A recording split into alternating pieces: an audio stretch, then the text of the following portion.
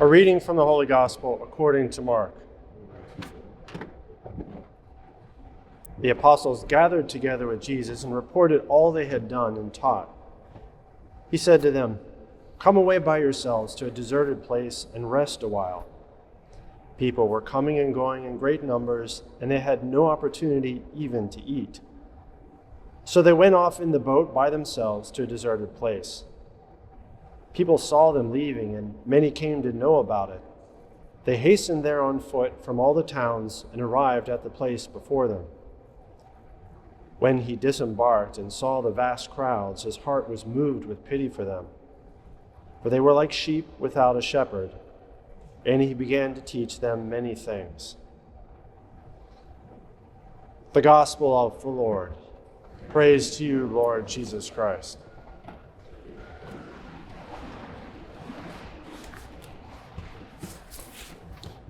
So you might remember last week, our Lord sent out the 12 apostles on their own, 2 by 2, to go and preach and heal and minister, and he gave them power to cure and cast out demons.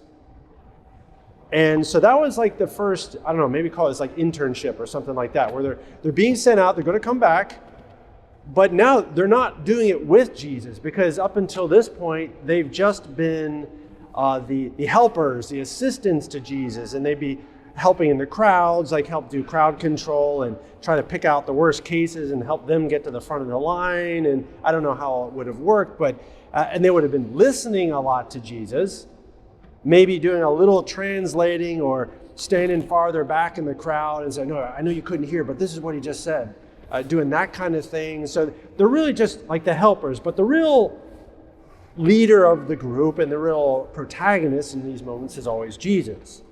And they're kind of along for whatever he needs of them.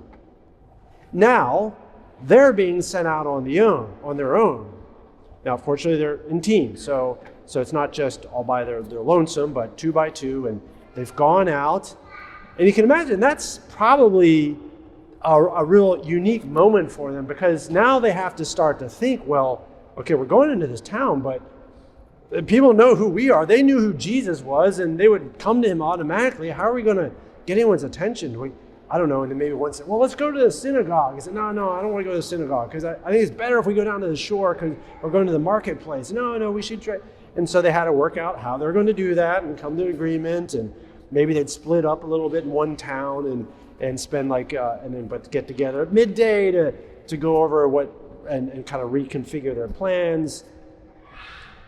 But you can imagine, though, too, for example, like the first time that they actually get to heal.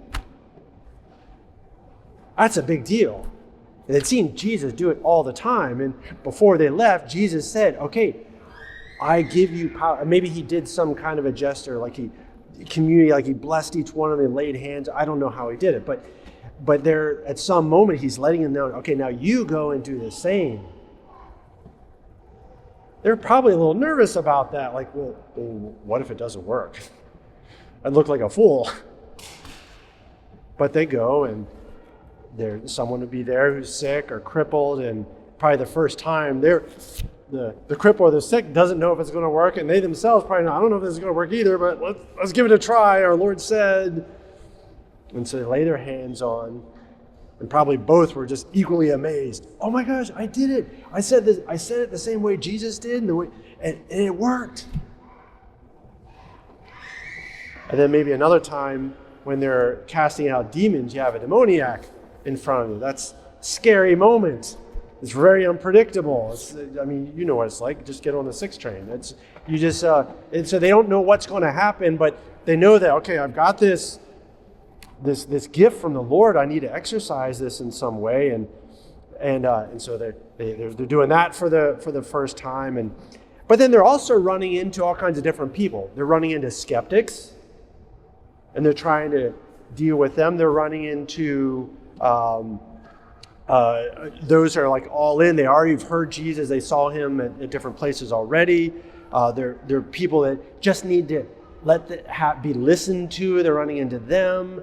They're preaching, but they're starting to give it their own make it their own personally. And so the preaching, it's Jesus' message, but with their own spin on it, so to speak, their own take on it. And so they're growing in this. Now, they're going to come back. Now, this has all been a brand new experience. They're at the limit of their capabilities. And so they're going to be exhausted because they've been doing this. Who knows? Was it 4 weeks? Was it a month or 2 months? Something like that. But they're coming back, and now they're just so excited to tell Jesus, it worked. I couldn't believe it. And you should have seen Simon. Simon, he almost chickened out in front of that one demoniac because he was shaking really bad, but he went and did it anyways, and the demon got thrown out. And so you can imagine the joy that they had to be able to tell Jesus. Tell Jesus like how it went. And the big smile on Jesus' face. Because he's sending them out there because he wants them, first of all, he knows that down the road they're going to be doing this full time after he's gone. But it's not just about that, it's also that he wants them to have the same joys that he has. Wouldn't it give Jesus so much joy to cure somebody? Because he gets to see their life change right in front of him. He wants to, that's why he came. To forgive them. To preach to people who needed to hear it, that needed encouraged, or needed corrected in some way, and watch them change their lives. So the apostles are getting a flavor for this, getting a taste for it, and they're liking it because it's giving greater depth and meaning to their lives than any amount of fishing or carpentry or tax collecting had ever done for them. Their lives, they're changing as individuals. So now, they're exhausted. They've been redlining to do this the whole time. And so they're coming back, they need a break, and that's where the gospel picks up. And our Lord knows that too, and says, okay, we because they want more time to maybe, unpack their experiences, and he's going to say, okay, next time you run into this kind of situation, make sure you both fast and pray, because that's why you couldn't cast out the demon that time, because were you fasting? Oh, no, we weren't. We did this huge banquet the night before, and we're just, and so they're kind of working through how to be an apostle. And so they need more time for that. They find an isolated place across the lake or wherever, and they go there. But the crowds see where they're going and figure it out. Oh, I bet they're going. And so they're running around the lake shore while they're cutting across on the boat, and they get there ahead of time. And by the time they arrive, there's already a huge crowd. The apostles were looking forward to some downtime, vacation. They needed a break, legitimately. Jesus could use a break too. Yet, as soon as they're approaching the shore and they hear the sound, the crowd's there, they're probably looking at Jesus and seeing the expression on Jesus' face and realize, we're not going to get a vacation.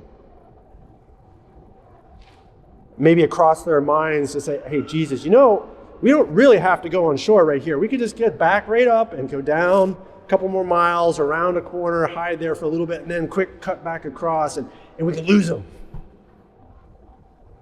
But they see the expression on Jesus' face. His eyes are opening up, and the gospel says his heart was moved with pity. And so they get off, and they're going right back in it. Now, as the assistants, but still, Jesus is still full on. And I think this is a one of many key moments for the apostles. Because rightfully they needed a rest, they deserved one. Jesus was trying to arrange that for them. But now they kind of have to make a decision. Like they might start to say, well, why am I really in this? I mean, you know what I do? I'll just walk down the shore ways and I'll just leave the group for a while. I'll take a break, just on my own. But what about the people that are going to need my help to get them closer to Jesus? And so now they have to decide, am I in it only to a certain point, or am I all in? What do I really want? Do I really want to be his follower? Or am I going to put conditions on this? So do I lean into it? Do I pull back? Do I cut corners? I think this is my own theory, that I think this is the kind of moment where Judas first started to go back. Like, he's probably getting there, and internally he's complaining, oh God, why do we have to do this? And I was trying to tell Jesus that if we go over there, people are going to see exactly where we're going. I mean, who knows how it played out. But in the time, it would be easy for Judas to say, you know what? Gosh, I'm so tired, and we don't even have time to eat. It says it right there in the gospel. No opportunity even to eat. Now I'm hungry, and the apostles there, no one else seems to care that we don't have a chance to eat. I'm just going to dip into the community money bag and go off into town. And I'm just going to sit down and have myself some tacos and a couple beers, and then I'll come back. And then, because I deserve it. I deserve it. Jesus even said that's what he was trying to, I'm just doing what Jesus wanted for me. He was trying to get us some vacation. And then later on in the evening, he kind of slips back in, and no one says anything. Jesus probably noticed. For sure, Jesus would notice. Maybe the apostles did. I don't know. I'm making this story up, but at some point, he's got to, little by little, start cutting corners in the way he's following. Because he was just out there curing and casting out demons and preaching just as the rest of the apostles. It doesn't say, and all the apostles went out except Judas. Jesus said, no, you stay with me. No, he was out there doing the same thing. So that moment of decision, what as an apostle am I going to do? Am I going to lean into this or not? Now, that's something that you all experience or have the opportunity to experience on probably just about a daily basis. In little ways or bigger ways too. Where, okay, I'm tired, I'm worn out, it's been a long day, and all of a sudden, the commitments that I have of family, of marriage, of friendship, come knocking at an inopportune moment. Haven't had a chance to eat, haven't been able to this. All you moms out there know exactly what I'm talking about. And then it's, well, what am I going to do? Am I going to lean into this? Am I going to cut a corner? Just last night, I was with a group of couples. It was an organization I'm part of, but it was basically a couples evening. It was nice. They had a wonderful dinner together, and there was a discussion about marriage and how, like, they were broke up. The guys were in their group, and the ladies were in their group, and they all had the same material they're going over, and they're going to like delve into, and some of the key questions you're asking yourselves are like, what are some of the things that your spouse does that just really show their love for you? And then we did that in separate groups. And so I was with the guys, and they're talking, yeah, my wife, it's unbelievable what she does. And there's some of them were calling it the coffee elf. Like, whenever she's not home, the coffee elf stops making the coffee, and it's just, and I call her up and say, honey, I don't know where the elf went, but the coffee's not ready in the morning when I wake up, and my shirts don't get it. And I mean, it's tongue in cheek, but there's so many details of love and sacrifice that they make for each other. And in the group that I was with the men, they were talking even more about how, yeah, you know what? It's like almost like every day I've got to make a decision. Am I going to love or not? I got to make a decision. It just doesn't happen automatically. Or it doesn't flow. Sometimes it does. It's so easy. Sometimes. But other times it's like, man, I'm tired. But it's time to take out the trash. I'm tired. I just missed my basketball shot with my dirty paper towel. Do I pick it up or not? It's at that level, that granular, small level.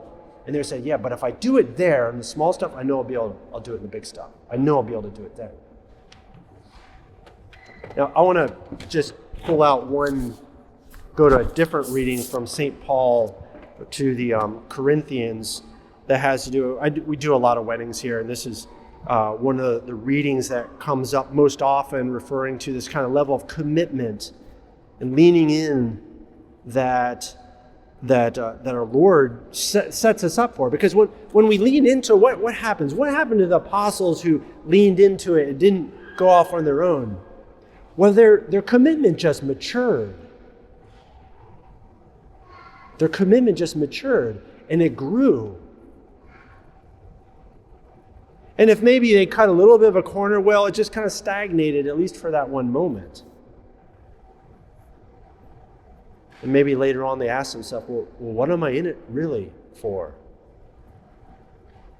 But this passage here from St. Paul to the Corinthians, I don't know, 80% of the weddings you'll hear this passage. It starts about showing this way of love. If I speak human and angelic tongues but do not have love, I'm a resounding gong. If I have the gift of prophecy and I do not have love, and it goes on, but then it gets to the list. Love is patient. Love is kind. It is not jealous. It is not pompous. It is not inflated. It is not rude. It does not seek its own interests. It's not quick-tempered. It does not brood over injury. It does not rejoice in wrongdoing, but rejoices in the truth. Those are all decisions that we make. Sometimes it comes easily. Sometimes we have to really lean in order to make it.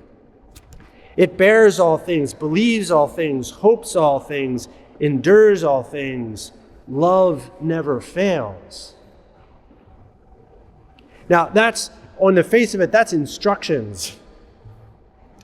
If you want to love, bear all things, believe all things, hope all things, endure all things. Don't fail. Love never fails. But it came out in our group last night with the guys that one of them was saying, well, but isn't that also almost like a promise from God? Like if we keep making these decisions to love, it's like he's got this promise that, okay, if you keep making that, you're not going to fail. Love doesn't fail. I guarantee you, if you keep loving, it will not fail. Ultimately, in the grand scheme of things.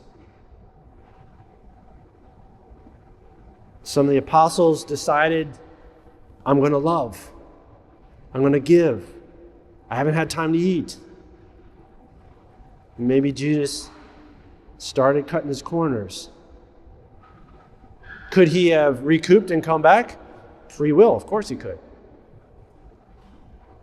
So I just want to encourage you, you might be thinking of some of the big burdens that you're carrying right now that come just par for course for whatever state of life you have in following the Lord, in your families, in your relationships, with your parents, with your spouses, with your children.